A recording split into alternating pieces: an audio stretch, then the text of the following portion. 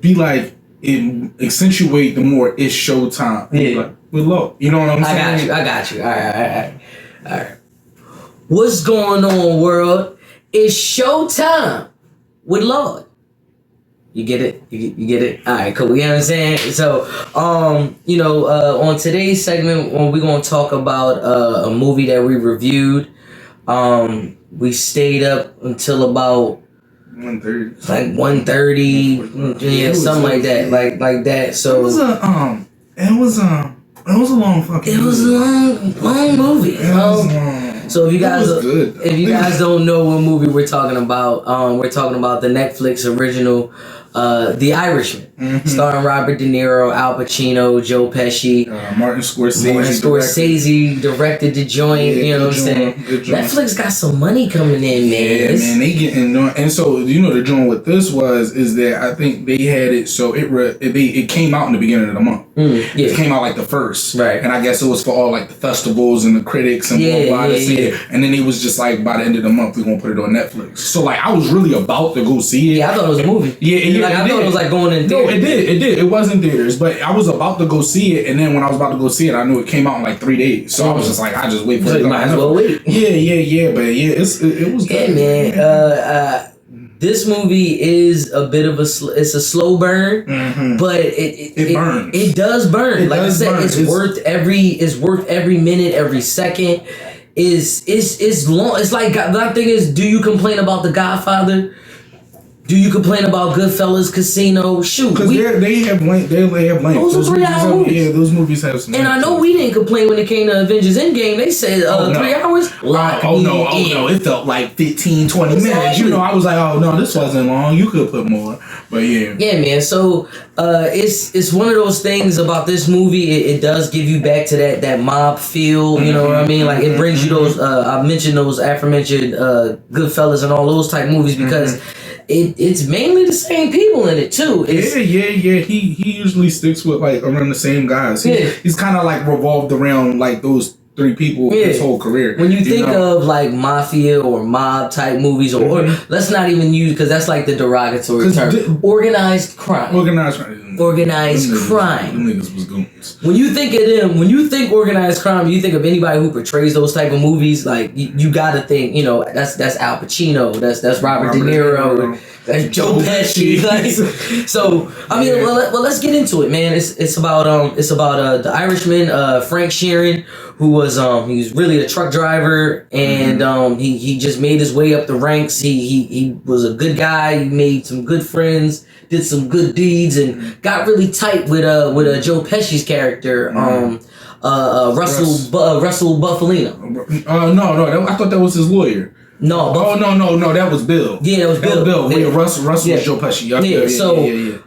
And needless to say, they ended up becoming, really, really good friends. And I don't know if should we talk spoilers? Should we not talk spoilers? I don't want to give them any spoilers. I feel like, just like, all right, how we feel about it in general. Yeah. Like, all right. So like, I felt like number one, the casting was great. Ray Romano was in it. Yeah. And he did a really good job. Really good job. He really showed off like some to his chops, especially like for being. I don't know if he's actually Italian. He may be though. I think he is. Romano, I hope he's Italian. Yeah. No, they be getting motherfuckers to play motherfuckers. That's true. I was reading the thing for Creed and Creed 2. Yeah. And he fights like Russian. He fights what's the name's son. Yeah. And none of them were Russian. None of them. His son, and then what's the name? Isn't Russian. Lundgren It's not Russian. What? No, I think he's Swedish or something like that. No, Dolph Lundgren's not. Well, news to me. All right, I'm about to say this is new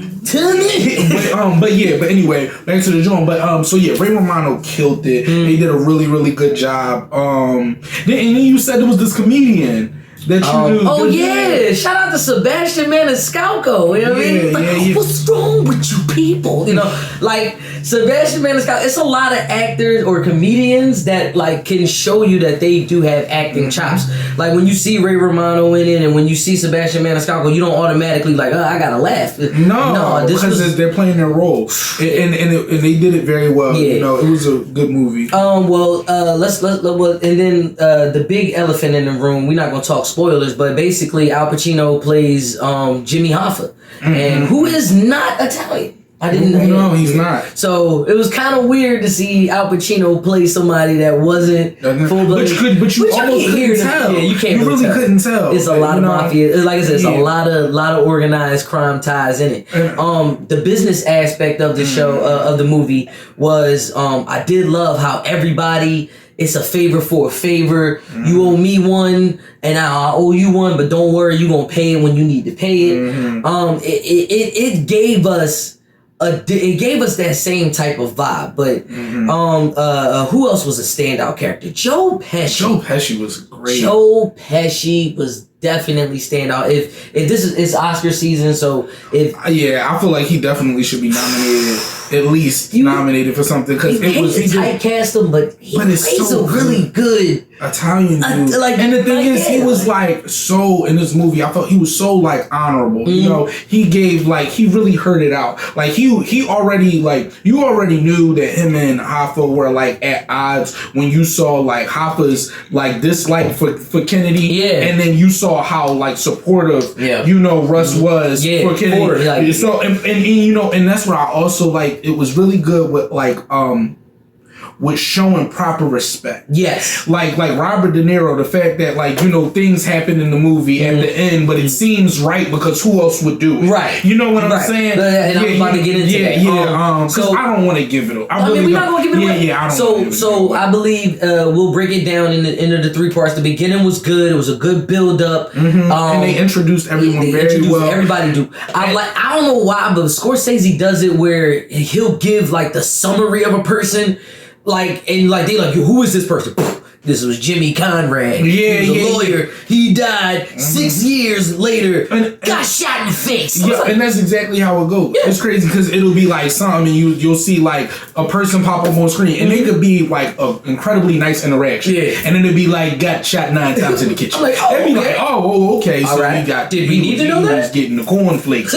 Caught one in the ass. Literally caught one in the face. But yeah, it was good though. It was all right. So. The beginning, the build-up was good. The middle, where you see where the conflict started to arise between, you know, the certain, you didn't really know who was the bad guy. No, because like I said, Robert De Niro, who also is Italian, and the name of the movie is called The Irishman. And he was not Irish.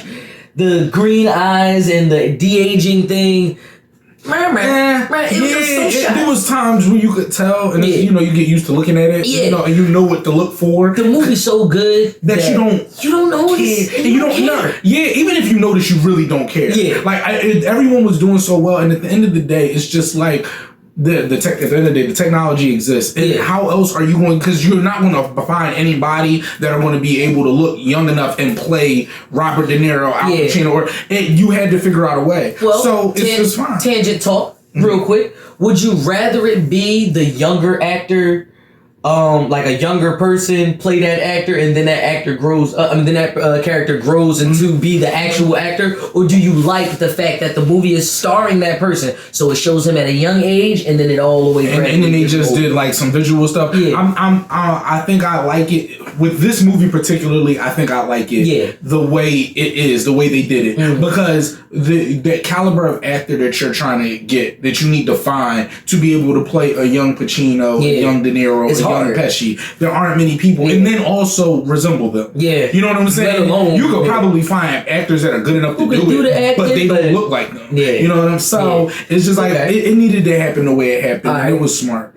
And the middle. I'm sorry, tangent. Also, it's good to see Martin Scorsese shooting to embrace new technology. It's not like old school rules. At the end of the day, they use visual effects for this, and it's a Martin Scorsese film, and it feels right. It's not like OD. He did what they were, not him particularly or specifically, but they did what they needed to do to sell it, so it was believable. And even with the de-aging, they still look old. Like when Joe Pesci met Rob at the truck, and he was helping them, they still look 40. They look 40, but it was like it was like, it wasn't like he made him look 20. Yeah. He made him look like 40, 50, and then they ended up being old at the end. So, but all right. Well, back into it. I believe the conflict that everything was popping off in the middle. That you see the reason for why one side was upset with another side.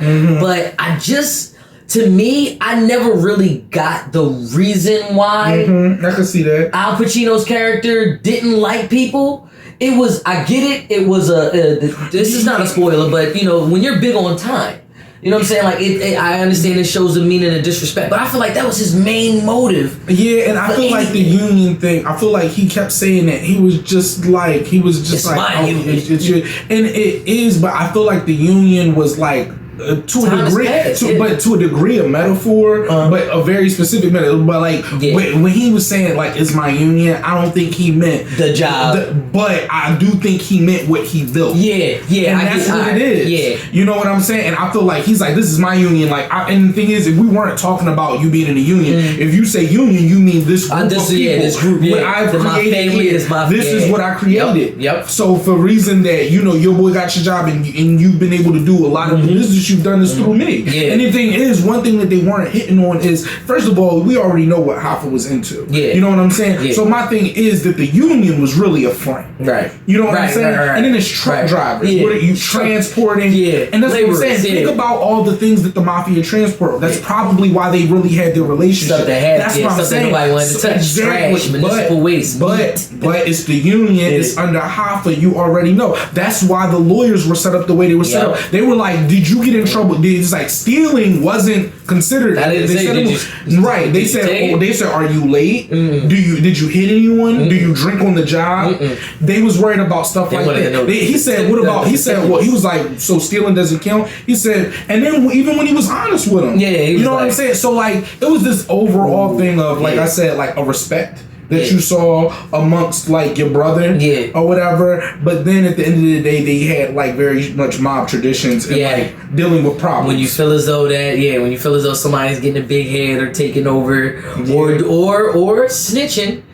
Yeah, I will say that in my opinion, Hoffa was strong. Hoffa, let's really be frank. And the thing is, it was like he made no attempts to dial it back. Yeah, it was bad, and it was you can't blame the man for having the same energy though. He kept the same. He showed energy. you who he was, and he stayed energy. that person. So, what you think about the end of the movie? No spoilers, of course. Do you think that? I don't think they could have did it better because it is a non-fiction. You're talking about literally how it went off. How it went down. Yeah, it was abrupt. It was abrupt, but I'm not gonna lie, it meant something to me though, because when you see De Niro. And when he's older, and then like they just leave, and he's just like leave the door cracked. Yeah, because it's him by himself living with. And the thing is that no matter what, and though they said that you don't like it didn't go down that way because like that's just the end of because it's really based off a book. It's based off a book, and they went off of how the book ended. I heard you paint houses. And they went off of how the book ended. So knowing that you don't know that's how it ended, and at the end of the day, even though it was a Hoffa story. It wasn't. It's not. It was a story about Frank. It was about Frank Sheeran. It was about Frank Sheeran. Yeah. Then you have to go off of the book, and and then that's truthfully, if they end the book like that, then that's a good book to me. Yeah. Because it symbolizes so much. It's like there was this company, there was problems, the problem got solved. The end. I was like, it was a but good I did like I said, I do feel as though that It ended abruptly. I didn't catch on to the as he got older, he more realized it because you started to notice he was talking to the priest. Because he needed somebody. He wanted his kids. Or a kid. A special kid. And I don't know, man. I think. Go ahead. Well, overall. Oh, I was impressed. I was impressed the with fact that you made a 3-hour movie and I was cool. And I was watching it. I had already started watching it. And we watched it like the full thing. Yeah. But I had started watching it. I remember watching it. I got a problem cutting it off. Yeah, well, I started watching it late, so I just fell asleep on it. Yeah. So like, but I remember watching like the first hour and a half and being like, I can feel the whole hour and a half, but this is a good movie. Yeah. Like it's interesting. It's slow, but it's purposely. It's not slow in the sense that it's uneventful. It's just a slow. It takes its time. It moves at a pace. So I think for our movie reviews, we're gonna rate it how or on what we would rate it on how long we would wait to watch it. Like, remember how we used to be like, I'll wait. I'll watch that. So the worst is I'll wait till it comes out. Oh, and I got on A&E. You know what I'm saying? Or I would go see this again in the movies. Okay, that's like the top. All right, we can do it like that. So for me, this is one of those things where I'm glad I got to see it on Netflix because it was easy to access. If it wasn't as easily available, I think I would have went out my way to go to the movies to go see this. And it's mainly because of the star power alone. So you already had my money, knowing that it was Al Pacino, Robert De Niro, Joe Pesci. You got me in, you know what I'm saying? Our fathers made us, like, they watched these movies. So like, we're huge fans of this stuff. So I would have went regardless. So I think I would go to the movies to go see this. I fully agree. I would have went out and I would have said, and truthfully, like I said, before I saw it was coming right on Netflix, I knew it was coming on, but I was about to go see it. I was just like, gonna hit me with $5 Tuesday. You know what I'm saying? You know what I'm saying? So, but yeah, it was great. Everyone played their role. Joe Pesci did an incredible job. Everyone did great. Everyone was them. Everyone, but I just like Joe Pesci stood out, and I think maybe it's just because we don't see Joe Pesci as often. You get to see Robert De Niro and Al Pacino together. Even more recently. You don't get to see all three of them. And then it's just been a while since I've seen Joe Pesci, and his acting just aged phenomenally. Very well. It was really, he really can do that anytime. Anytime he's great. Well, I mean, any other last words? No, man. It was a solid flick. You know what I'm saying? Lord and show thumbs of approval. Thumbs of approval, absolutely.